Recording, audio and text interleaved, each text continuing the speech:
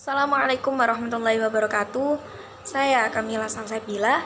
Dalam video yang terakhir ini saya akan menjelaskan tentang pembagian hadis, yang mana pembagian hadis itu ada 4.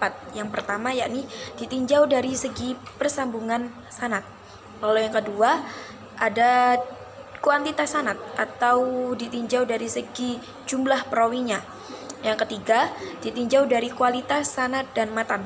Lalu yang terakhir ada penisbatan atau pembicara hadis tersebut.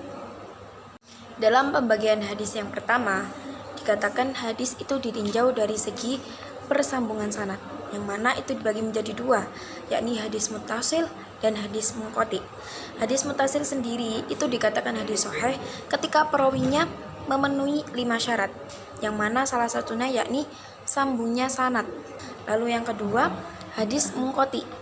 Hadis munqati merupakan hadis yang mengalami keputusan sanad atau sanadnya itu terputus, baik di awal, di akhir, ataupun di pertengahan hadis, yang mana putusnya sanad itu bisa membuat cacatnya suatu hadis, sehingga hadis tersebut tidak bisa dapat dijadikan sebagai hujah bagi hukum Islam.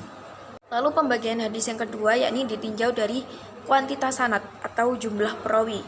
Itu dibagi menjadi 2. Yang pertama hadis mutawatir dan yang kedua hadis ahad.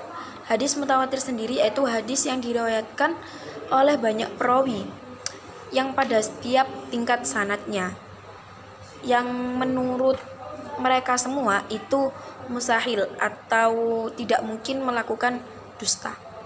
Yang mana hadis mutawatir itu juga ada pembagiannya, diantaranya yakni mutawatir lafzi dan mutawatir maknawi.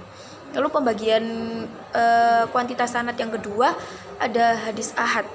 Hadis ahad itu hadis yang tidak mencapai mutawatir atau perawinya itu terbatas, mungkin 1 atau 2 perorangan. Dan dalam hadis ahad sendiri itu juga dibagi menjadi 3, yakni ada hadis masyhur, hadis aziz, dan hadis gharib. Lalu pembagian hadis yang ketiga yakni ditinjau dari segi matan dan sanadnya. Itu dibagi menjadi 4. Yang pertama yakni sahih, yang kedua hasan, yang ketiga dhaif, dan yang keempat yaitu maudhu. Apa sih hadis sahih itu? Hadis yang dianggap kuat dan terpercaya karena memiliki perawi yang sahih dan sanadnya itu jelas, tidak perlu dikontradiksikan atau tidak ada kejanggalan dalam perawi dan sanad tersebut. Lalu yang kedua hadis hasan, yang mana yaitu hadis yang masih dapat diterima dan dijadikan sebagai pedoman meskipun tidak sekuat hadis sahih. Lalu yang ketiga ada hadis dhaif, yaitu hadis yang lemah, memiliki kelemahan dalam sanad ataupun matanya.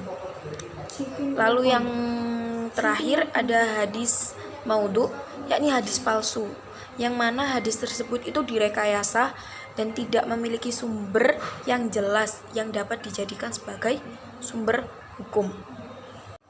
Pembagian hadis yang terakhir yakni ditinjau dari segi penisbatan dan pembicaranya, yang mana itu dibagi menjadi 3. Yang pertama hadis marfu, yang kedua hadis mauquf, dan yang ketiga hadis maqtu, yang mana ketiga-tiganya itu sama-sama disandarkan dalam ucapan, perbuatan, tapi yang membedakan hadis marfu itu disandarkan kepada Nabi Muhammad SAW, sedangkan hadis mauquf disandarkan kepada sahabat. Lalu hadis maqtu itu disandarkan kepada tabi'in. Jadi ketiganya itu sama-sama disandarkan dalam ucapannya, perbuatannya, tapi pada hadis marfu, yakni yang disandarkan pada Nabi Muhammad SAW, itu berupa ucapan, perbuatan, sifat, dan penisbatannya atau persetujuannya, meskipun sanadnya tidak selalu bersambung. Itu hadis marfu. Mungkin cukup sekian penjelasan tentang pembagian hadis. Kurang lebihnya mohon maaf. Wassalamualaikum warahmatullahi wabarakatuh.